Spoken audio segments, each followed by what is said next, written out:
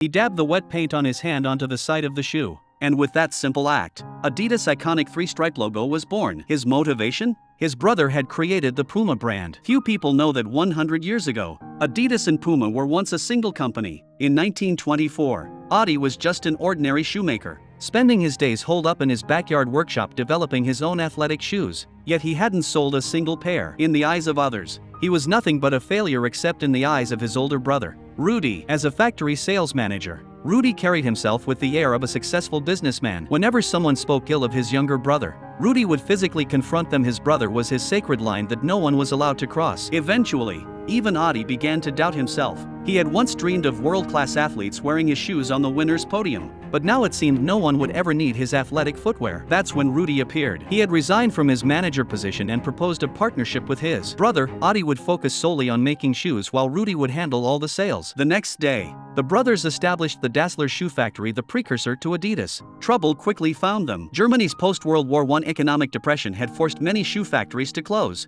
causing banks to refuse the brothers' loan applications. More critically, people at that time believed shoes should be durable and long-lasting, whereas Adi's athletic shoes were lightweight and thin, possibly wearing out after just a couple of uses. Besides, no one would buy shoes specifically for sports. Leaving the bank, Adi was furious. He couldn't stand having his life's work dismissed. But his brother told him, "You just focus on making shoes. I'll handle the money." The next day, Rudy loaded a car with athletic shoes and drove to the town's sports field. He invited people to try the shoes for themselves and feel the difference. Rudy explained that the rubber studs on the soles provided better traction, while the thin, flexible leather was designed for comfort during physical activity. As the older brother, he understood every detail of Adi's craftsmanship. That afternoon, as Rudy drove home,